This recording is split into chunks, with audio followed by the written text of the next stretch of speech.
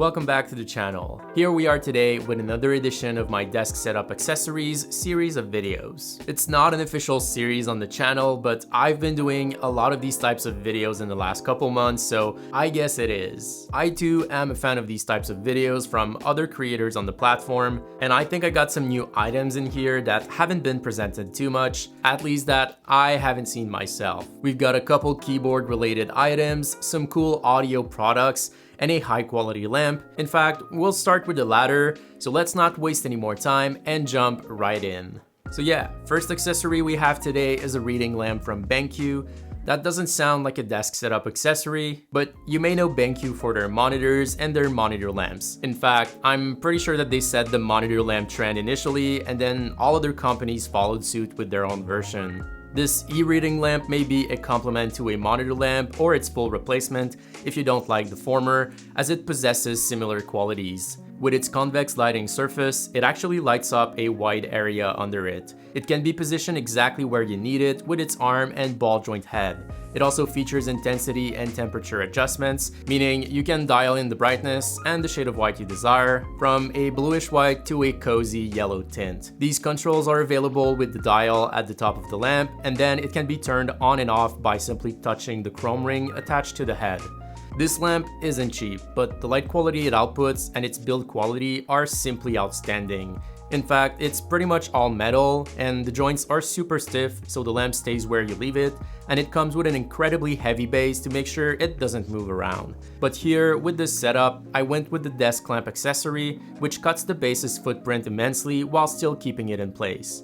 I've had one of these for the last 5 years, and we're still using it up until this day, so I hope this can speak for its durability. But yeah, although intended for reading, I think this is a killer lamp for a workspace and for productivity in general. Moving to the next product, I got a pretty unique pre-built mechanical keyboard by iQunix, the Q66. This one follows a 65% layout and comes with really nice specs.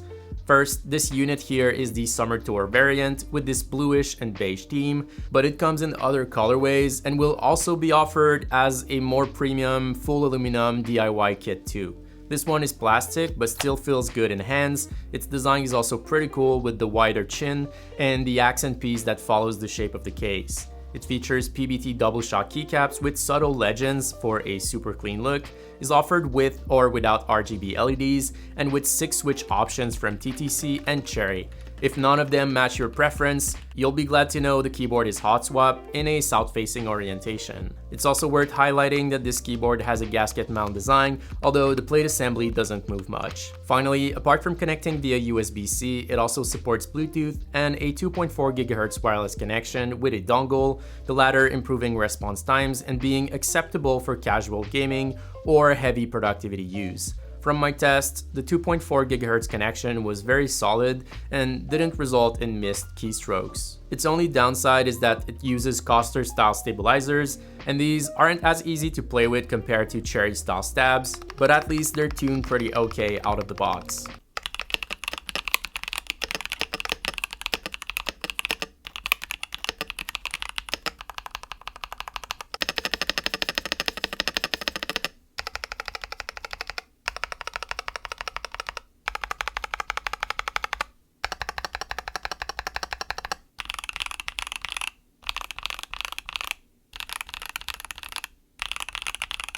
So yeah, a great and unique looking mechanical keyboard that doesn't break the bank and comes loaded with desirable features. Definitely a recommendation from me. But if you already own a mechanical keyboard and feel in need of a change, you'll be glad to learn Drop has dropped new colorways of their DCX line of keycaps. Here, DCX refers to the profile these keycaps feature, and this one is pretty close to Cherry Profile, which is my favorite. 2 of the new themes released are Jasmine and Permafrost, the first featuring this green and beige palette, and the second in these cool blue and white shades. The Jasmine set perfectly matches my YouTube studio, which has a Jade Dragon accent wall.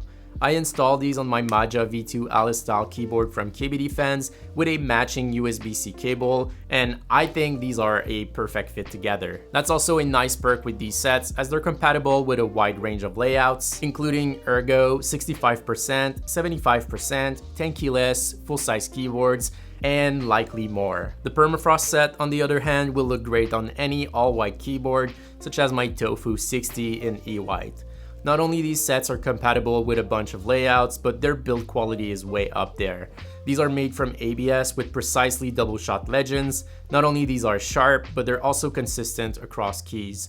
These sets are $100 each, which is quite expensive considering you can get a decent keyboard for that price, but it's actually not a bad deal in the world of luxury keycaps these fall into. And finally, if standard mechanical keyboards aren't your thing, then the Keychron K3 Pro might be a good pick.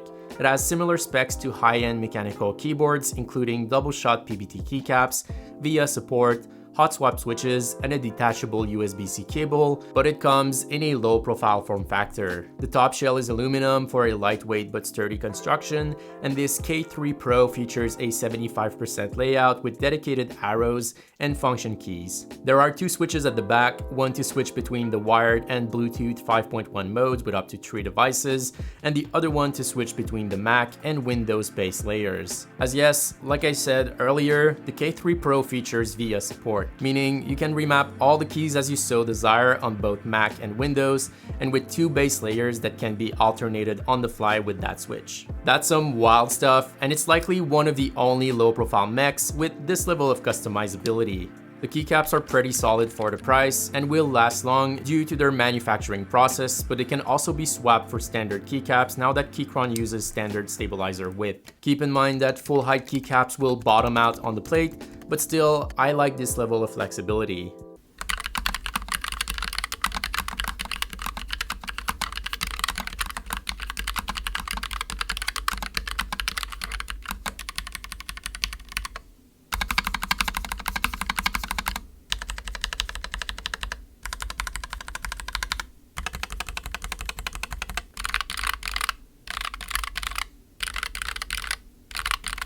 So yeah, a cool compact keyboard. Definitely a nice addition to a minimalist style desk setup or simply for on the go.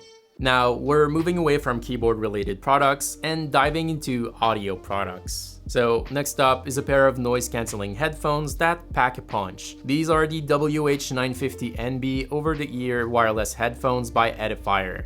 They come with a nice hard shell case and can fold for a compact on-the-go solution. I consider myself a super user of Sony's WH-1000XM4s, which are considered excellent in their category. I use these at work on a daily basis for hours on end.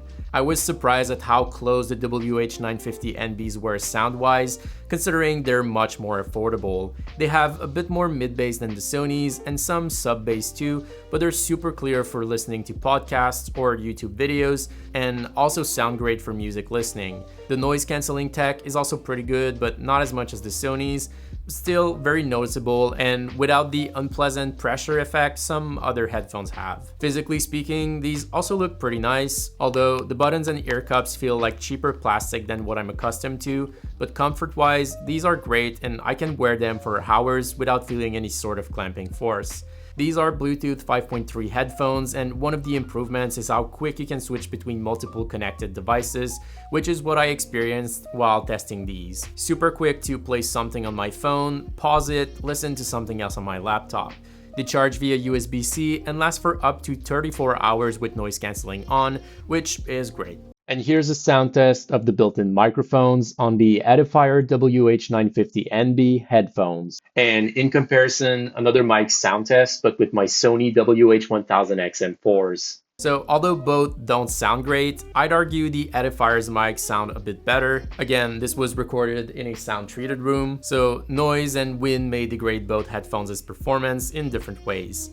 Finally, these can also be configured with the Edifier Connect app, including selecting the noise cancelling mode and customizing the equalizer preset. I'm quite picky with my noise cancelling headphones, being the power user that I am, but these could definitely replace my daily drivers with very minor accommodations for my high expectations. If you're in the market for a new pair of noise cancelling headphones, the WH950NBs from Edifier are definitely worth considering, especially with their attractive price. And last but surely not the least, I have another audio product that I wanted to share with you. This is UGREEN's AirPlay 2 receiver, and I know UGREEN UGREEN has sponsored the channel in the past, but this isn't sponsored at all. I just saw the product and thought it seemed great and decided to get it to try it out. They're super small in size and use USB-C for power, so they're easy to add to any existing audio setup. They also come with all the cables you may need, which is super handy. As the name suggests, this is an AirPlay 2 receiver, so it shows up as an AirPlay 2 speaker and then outputs to a 3.5mm port or via its optical output. So you can get both analog or digital audio out of this receiver depending on what you're connecting it to. In my case, I had some Auralic amps which include streaming capabilities but are limited to AirPlay 1. So these little receivers give me AirPlay 2 support on my existing amps, and I use the optical connection for no loss in quality from the receiver. From my tests, these are easy to set up, they work well and can be renamed in the Apex Sound app. I've had one of them disappear after some time. Unplugging, replugging seemed to have fixed the issue, and it has showed up ever since. The only thing I wish it had is a LAN port to ensure it gets a perfect signal from the network like my Sonos and Auralic amps have, but at the same time, it's considerably cheaper than most AirPlay 2 receivers out there, so it's likely fair. Alright, that's it for another episode of my desk setup accessories series of videos. I hope you enjoy these and find the products that I'm presenting as exciting as I do. If you have product suggestions or categories you'd like me to dive into and find the coolest or simply best products from, definitely drop it down below. Alright, thanks for watching. Make sure you leave a like if you enjoyed. Don't forget to subscribe if you haven't already, as I'll see you in the next video.